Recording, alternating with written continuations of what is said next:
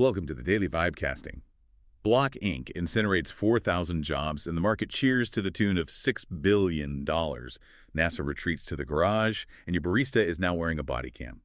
The efficiency era is here and it is ruthless. Yeah, ruthless is definitely putting it mildly. I mean, it's effective, it's highly profitable, and it is completely rewriting the social contract while we basically just sit around and scroll through our phones. Happy Friday, everyone. We are looking at a market that is hitting all-time highs right now while the societal vibes just seem to be testing new, completely unexplored lows. It is Friday, February 27th, 2026. I'm your host, and across the desk is our resident analyst. I gotta say, you look like you've been staring at spreadsheets since like 4:00 a.m. Yeah, well, I don't exactly enjoy the chaos, but I do appreciate the clarity. You know, for a really long time, the data and the actual vibes on the street were totally disconnected. But today... Today, the data is finally matching the reality. Well, let's just get right into that reality, because our lead story for this deep dive is brutal. Just plain and simple. We are talking about Block Inc. You know, the company behind Square and Cash App. Jack Dorsey, handle it Jack, dropped an absolute bomb on the timeline. They're cutting the workforce from over 10,000 employees down to under 6,000. That is a 40% reduction. Which is, I mean, that's massive, Yeah. even for tech, right? Usually when you see a number like 40%, it implies a company's basically on death's door. Right, exactly. Usually that's a bankruptcy restructure. But what stood out to me wasn't just the sheer number of people, it was the reasoning behind it. Usually you hear the PR spin, right? Macroeconomic headwinds or budget constraints or whatever. What did Dorsey actually say? Well, this is the key. Dorsey didn't do the whole fake apology tour. He didn't do the crying selfie. Oh, thank God. Right. He explicitly said this is about moving to quote him, smaller and flatter teams. And he cited AI tools as the primary lever that allows them to do this. This isn't a we ran out of money layoff. This is a we found a better way to work, and unfortunately it doesn't involve you layoff. Wow. And the market went absolutely feral for it. I was looking at the breakdown from Boca Chica earlier. At the exact same time they fired 40% of the staff, Block actually raised their 2026 gross profit guidance up to $12.2 billion. Right. So for you listening who maybe doesn't stare at Bloomberg terminals all day, let's unpack what gross profit guidance actually means here. This is just the company telling Wall Street, hey, here's how much money we expect to make after paying the cost to deliver our services. They fired nearly half the company and basically told Wall Street, yeah, we're actually going to make way more money than we previously thought. Which, it just feels counterintuitive, doesn't it? Usually if you fire half the people, you expect productivity to just fall off a cliff, at least for a couple of quarters while things settle. But Wall Street totally believed them. The stock ripped 20% after hours. And let's do the math on that because it is genuinely staggering. Prakash Gupta pointed this out in his thread. The market cap, the total value of the company, jumped about $6 billion overnight. If you divide that $6 billion gain by the 4,000 people they just let go, Oh, wow, yeah. the market essentially decided that for every single person fired, the company gained $1.5 million in enterprise value. God, that is a chilling metric. 1.5 million in value created per fired employee. I mean, it feels like the ultimate signal to CEOs everywhere. Just fire humans, buy GPUs, stock goes up. But hold on, let me push back a bit. Is that actually sustainable? You can't just fire your way to growth forever, can you? At some point, you need people to actually build and maintain the product. Well, that is the trillion-dollar question, isn't it? And this touches exactly on the second-order effects we always talk about here. Did you see the post from @TrunkFan referencing Citrini research? Yeah, Citrini has been taking some serious heat lately on the timeline. Oh, they've been getting roasted. For the last few days, Citrini has been getting dragged for predicting a massive white-collar unemployment event. People thought they were being total alarmists. The consensus argument was, oh, AI just makes us more productive. It doesn't replace us. It's a tool. It's just like Excel. Right, the whole co-pilot narrative, the idea that, you know, your grandma could vibe code Yes. a DoorDash competitor, Yeah. but you still need senior engineers to oversee it and make sure it doesn't crash. Exactly. And then, literally 72 hours later, Block comes out and proves the Citrini thesis 100% right. This validates the fear that we aren't just trimming fat anymore. We are seeing a structural, permanent shift where companies realize they simply do not need the headcount to maintain revenue. But, and here's the skepticism I have, and it goes right back to a point raised in the @Prakash Gupta thread. Is this actually efficiency, or is it just short-term demand destruction? Break that down for us. What do you mean by demand destruction in this specific context? Think about the ecosystem. Block relies on Cash App. Cash App relies on normal people. Yeah, the middle class. Exactly, the middle class having disposable income to send to each other for dinners, rent, whatever. If every tech company fires 40% of its staff to boost their short-term stock price, Who's left to use the product? exactly who is left? If you gut the middle class to save on payroll, you are eventually gutting your own customer base. It's a snake eating its own tail. You can't have a consumer economy without consumers who have paychecks. That's essentially the Henry Ford logic, right? You have to pay your assembly line workers enough so they can actually afford to buy the Model T they're building. But in this case, they are firing the workers to buy more AI compute. Precisely. Now, to be fair, the severance they offered is generous. It's 20 weeks of pay, so the actual economic pain for those 4,000 people is delayed by about 5 months. We won't really see the impact in the macro data until, late summer? But the signal to the rest of Silicon Valley is instant. Efficiency is the new god. Yeah, and speaking of the tools that are enabling this efficiency, we need to pivot and talk about the AI arms race. Because while the humans are getting handed pink slips, the digital employees are getting some major upgrades. Sharper, faster, and perhaps a little too intrusive for my liking. Yeah, let's look at Anthropic. Tariq at QRQ212 over at Anthropic showcased a totally new feature for Claude called auto memory.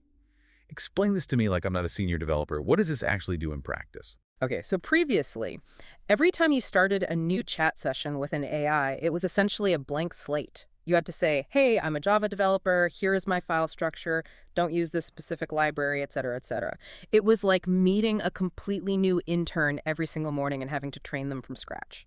Which is incredibly annoying if you use it all day. Extremely tedious. So auto memory means Claude now creates a persistent file, literally a markdown file called memory.md on your system, where it logs all your patterns, it remembers your project context, your specific debugging habits, and your preferences across every single session without you ever having to ask it.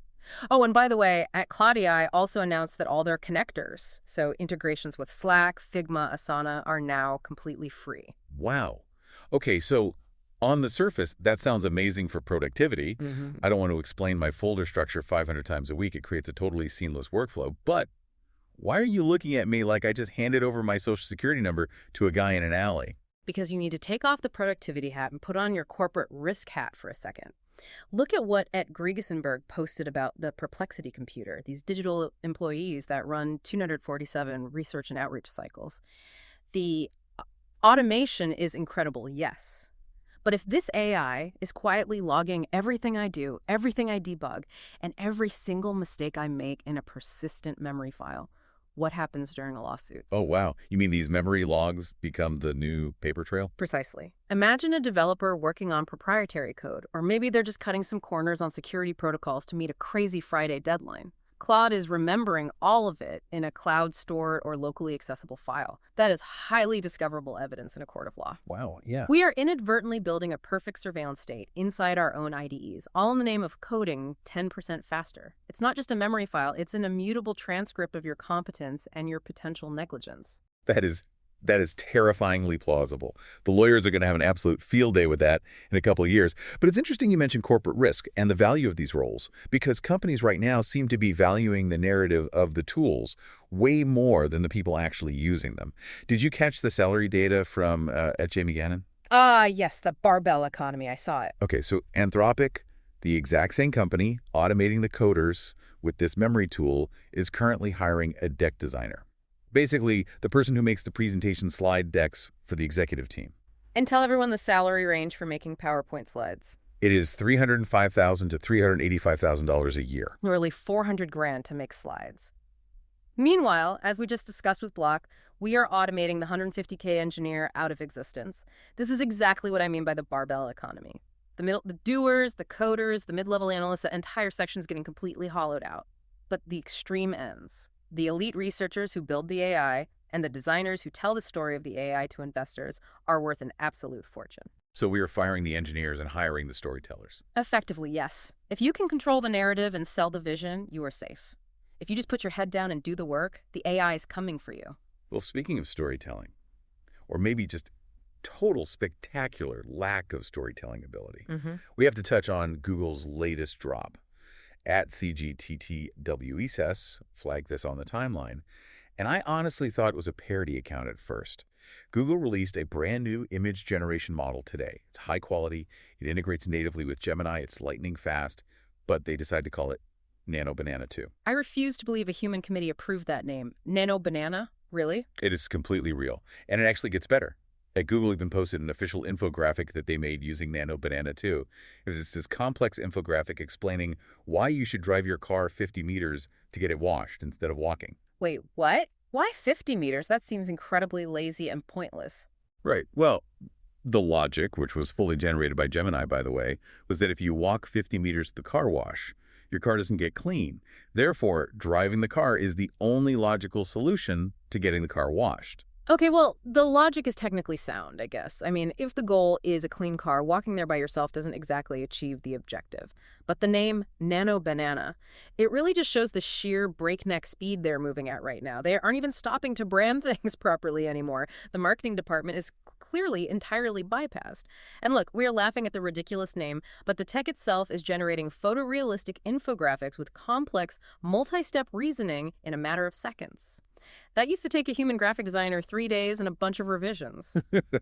Again, we're back to efficiency, even if the name sounds like a toddler's smoothie flavor.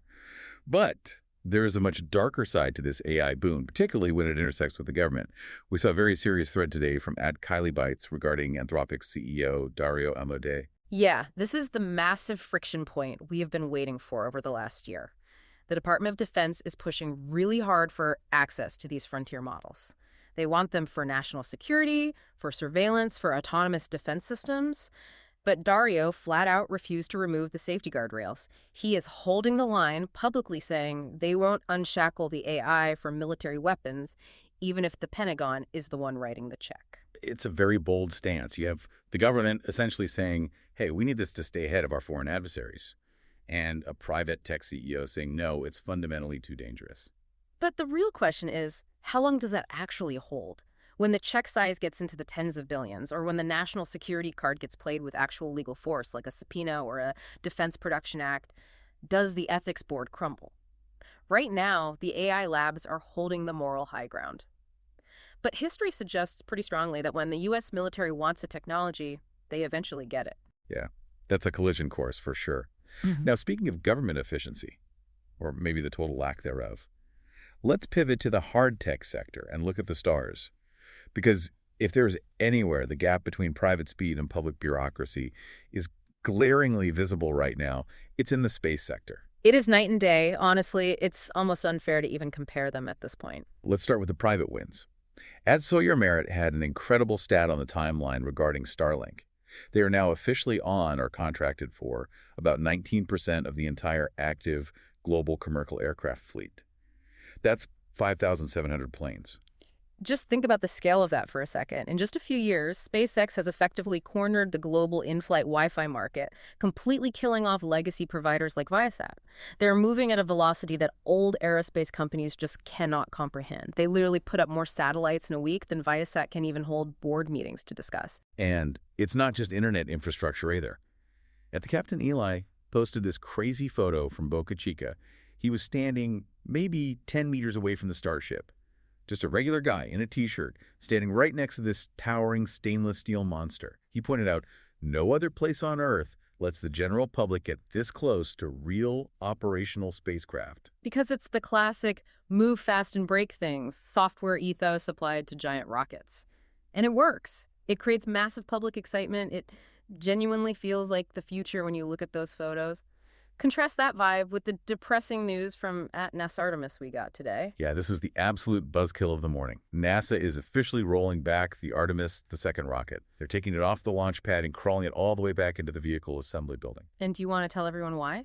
Because of a helium flow issue, a valve. Because of one single sticky valve, the entire March launch window is just completely gone. It feels like such a stark contrast. On one hand, you have SpaceX letting tourists take selfies with the largest rocket ever built by humanity, and you have Grok, which, according to Dr. Philtill, an actual NASA vet, is generating fresh, actionable space program ideas that surprised him. And on the exact same day, NASA is entirely grounded because they need to troubleshoot a valve in a hangar for 6 months. That is the fundamental difference between private capital and public capital in 2026. SpaceX is iterating in public. They are literally blowing things up on the pad to learn faster. NASA is paralyzed by the political fear of failure. They cannot afford a mistake. They can't afford a bad headline. So they scrutinize every single helium valve until the schedule slips by years. The gap in velocity is widening so fast. And quite frankly, the private sector is just leaving the government in the dust. Well, it's not just the government getting left behind. It feels like basic societal trust is getting left behind, too. We need to move over to the vibe on the street to close this out. And today's culture story is, well, it's unsettling. Unsettling is exactly the right word. It's dystopian. We are talking about the post from @Patrick Collison. He shared a headline this morning that Pret a Manger, the totally normal coffee and sandwich chain, is deploying body cams for its staff across London. Body cams. Huh? For baristas, just let that sit in for a second. The context provided in the article is that there are 1,300 violent cases against retail workers daily. Over 1,000 times a day, people are physically attacking the person making their oat milk latte. This right here is the textbook definition of a low-trust society. It's wild. We have starships landing themselves. We have AI that can write full-stack code and generate complex infographics in 3 seconds, but we cannot buy a turkey sandwich without military-grade surveillance equipment because we can't trust normal people not to assault the staff. It signals a complete breakdown in the basic social fabric.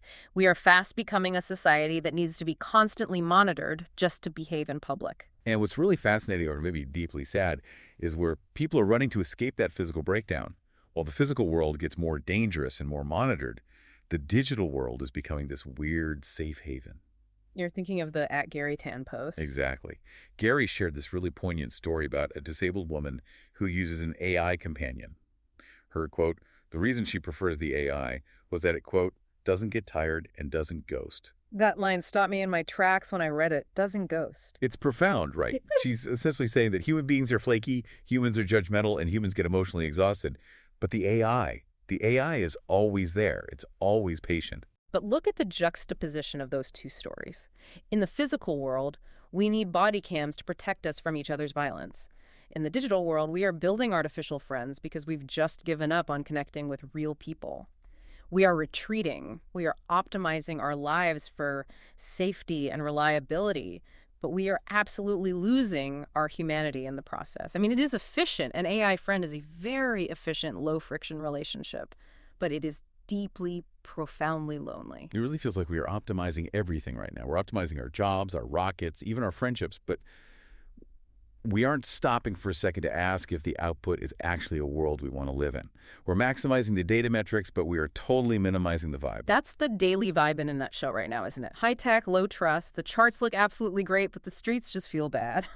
So bringing this all back together for you listening, from the block layoffs and the AI memory logs all the way to the barista body cams, what does this mean for next week? What is your official prediction for tomorrow based on all this? Well, based on the Block news and that massive 20% jump in their stock price, my prediction is a rapid bifurcation of the workforce. The signal has been sent to every board of directors. Next week, I fully expect at least one other major legacy tech firm to announce a 20 or maybe 30% cut. But, and here's the really key part to watch, in the exact same press release, they will announce a massive purchase of NVIDIA GPUs or a huge new enterprise partnership with OpenAI. The revenue per employee metric is the new god that Wall Street is worshiping. If you aren't firing humans to buy compute, you're going to get punished by the market. It's going to be a bumpy ride for the payroll department, but a truly great week for the GPU salesman. As always, the house always wins. Well, on that cheerful note, keep your skills sharp and your body cams charged. We'll see you Monday.